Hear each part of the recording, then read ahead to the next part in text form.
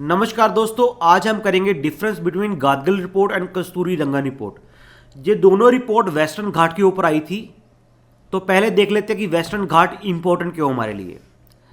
Western घाट जो है वो 6 स्टेट्स में फॉल करता है: केरला, तमिलनाडु, कर्नाटका, महाराष्ट्र, गुजरात। वेस्टर्न घाट में बहुत ज़्यादा एंडेंजर्ड प्लांट्स और एनिमल होते हैं। वेस्टर्न घाट में 13 नेशनल पार्क और सेवरल सेंचुरीज है वहाँ पे। वेस्टर्न घाट को बायोडाइवर्सिटी हॉटस्पॉट जो है वो घोषित कर रखा है। वेस्टर्न घाट में बहुत सारी रिवर्स पड़ती हैं जो 6 स्टेट्स की जो पानी की डिमांड है उसको पूरा करती हैं।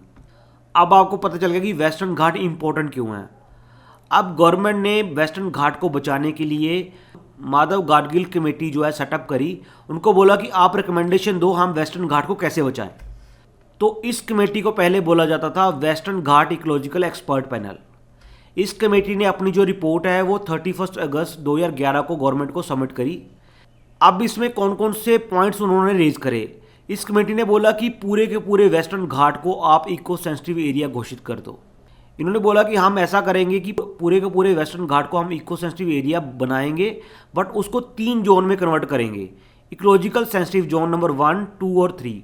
जो नंबर 1 होगा वो सबसे ज़्यादा हाई प्रायोरिटी वाला एरिया होगा। इसमें हर तरह की जो डेवलपमेंट एक्टिविटीज़ है लाइक माइनिंग, थर्मल पावर, वो हम बंद कर देंगे। जो जोन नंबर 1 है उसमें कोई भी लार्ज स्केल नया डैम नहीं बनेगा। इस कमेटी ने रिकमेंड करा कि जो आपकी अप्रोच होनी चाहिए वो बॉटम टू टॉप होनी चाहिए। ज़्यादा पावर ग्राम सभा के पास होनी चाहिए रादर देन कि जो ऊपर बैठे हुए उनके पास पावर ज़्यादा रहे। इस कमेटी ने यह भी बोला कि आप पावर को डिसेंट्रलाइज करो और जो लोकल अथॉरिटी के पास ज़्यादा पावर दो। इस कमेटी ने रिकमेंड करा कि आप एक नई वेस्टर्न घाट इकोलॉजिकल अथॉरिटी जो है फॉर्म करो, जो कि स्टैट्यूटरी अथॉरिटी होनी चाहिए इन्वायरमेंट प्रोटेक्शन एक्ट 1986 के अंडर। तो ये थी रिकमेंडेशन गादगिल रिपोर्ट की। अब हम देख लेते हैं इसके ड्रॉबैक। इसका फर्स्ट ड्रॉबैक है कि इस कमेटी ने जो रिकमेंडेशन दी वो बहुत ज़्यादा इन्वायरमेंट फ्रेंडली थी। इसकी वजह से जो डेवलपमेंट की जो एक्टिविटी वहाँ चल रही थी उसको खतरा पैदा होगा कि वो रुक जाएंगी। इस कमेटी ने इन्वायरमेंट के ऊपर बहुत ज़्यादा फोकस करा, बट जो एनर्जी की डिमांड थी डेवलपमेंट के लिए 6 स्टेट्स की उसको नज़रअंदाज कर दिया। इस कमेटी ने जो रिकमेंड करा था कि आप वेस्टर्न घाट इकोलॉजिकल अथॉरिटी बनाओ, तो स्टेट्स ने ये बोला कि आप जो प्रोटेक्शन देना चाहते हो वो एग्जिस्टिंग लॉ में दो, आप नई बॉडी मत फॉर्म करो। इस कमेटी ने कोई भी सोल्यूशन नहीं दिया कि इतनी हम एक्टिविटी वहाँ पे रोक देंगे वेस्टर्न घाट पे तो रेवेन्यू लॉसेस कैसे कवर अप होंगे। इस कमेटी ने ये बोला था कि जो बड़े डैम है वो वहाँ पे नहीं बनेंगे। अगर डैम नहीं बनेंगे तो जो पावर की जो डिमांड बढ़ रही है इंडिया में वो कैसी पूरी होगी। अब इन सब ड्रॉबैक की वजह से इस कमेटी की जो रिपोर्ट्स है उसको इम्प्लीमेंट नहीं करा गया और एक नई कमेटी सेटअप करी गई, कस्तूरी रंगन कमेटी। उसको बोला गया स्पेशली कि आप दोनों साइड देखो, आप इन्वायरमेंट भी देखो और डेवलपमेंट भी देखो। तो अब हम देखते हैं कि इस कमेटी ने क्या क्या रिकमेंड करा। गादगिल कमेटी ने बोला था कि पूरे के पूरे वेस्टर्न घाट को आप इकोलॉजिकल सेंसिटिव एरिया घोषित कर दो। इस कमेटी ने बोला कि आप सिर्फ 37% जो एरिया है उसको इकोलॉजिकल सेंसिटिव एरिया में घोषित करो। इस कमेटी ने रिकमेंड करा कि आप कंप्लीट बैन लगा दो माइनिंग और क्वायरिंग के ऊपर इकोलॉजिकल सेंसिटिव एरिया में, और बाकी एरिया में होने दो वो चीज़ें। इस कमेटी ने बोला कि जो हम इकोलॉजिकल सेंसिटिव एरिया घोषित करेंगे अगर उसमें कोई भी करंट माइनिंग एक्टिविटी चल रही है तो उसको अगले 5 साल तक चलने दीजिए, जहाँ जब तक उनकी लीज एक्सपायर नहीं हो जाती तब तक चलने दीजिए, फिर बाद में बंद कर देंगे उसको। इस कमेटी ने बोला कि कोई भी नया हाइड्रो पावर प्रोजेक्ट हम अलाउ नहीं करेंगे जब तक उसके ऊपर डिटेल स्टडी ना हो जाए। गादगिल कमेटी ने तो बोल दिया था कि लगाने ही नहीं है हमें डैम। इन्होंने बोला कि डैम लगाएंगे बट हम डिटेल स्टडी करके लगाएंगे। इस कमेटी ने बोला कि जो रेड इंडस्ट्रीज़ हैं जिससे बहुत ज़्यादा हाई पोल्यूशन होता है वो इस एरिया में कम्प्लीटली बैन कर दो।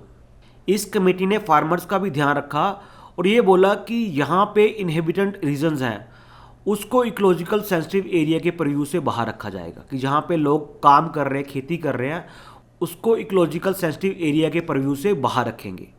इस कमेटी ने बोला कि जो एग्जिस्टिंग फ्रेमवर्क है उसको स्ट्रॉन्ग करो जो इन्वायरमेंट क्लियरेंस देती है और एक मॉनिटरिंग एजेंसी आप सेटअप करो। अब हम देखेंगे कि डिफरेंस क्या है गादगिल और कस्तूरी रंगन रिपोर्ट के बीच। गादगिल ने बोला था कि पूरे के पूरे वेस्टर्न घाट को आप इको सेंसिटिव एरिया बना दो और उसको 3 जोन में कन्वर्ट कर दो, 1, 2 और 3। जो नंबर 1 जोन होगा वो हाई प्रायोरिटी एरिया होगा, उसमें कंप्लीटली बैन होगा हर तरह की एक्टिविटी का। कस्तूरी रंगन ने बोला कि आपको पूरे वेस्टर्न घाट को इको सेंसिटिव एरिया में कन्वर्ट करने की जरूरत नहीं है, आप सिर्फ 37% को ही कन्वर्ट कर दो। गादगिल रिपोर्ट ने ये बोला था कि आप जो है सारी की सारी एक्टिविटीज़ बैन कर दो जो इन्वायरमेंट को हार्म कर रही हैं। कस्तूरी रंगन ने बोला था कि आप सिर्फ जो हाई डैमेजिंग एक्टिविटीज़ है उनको बंद करो, लाइक माइनिंग और क्वारिंग। गादगिल ने बोला था कि आप जो है नेशनल लेवल के ऊपर वेस्टर्न घाट अथॉरिटी सेटअप करो, ये स्टैट्यूटरी अथॉरिटी होगी।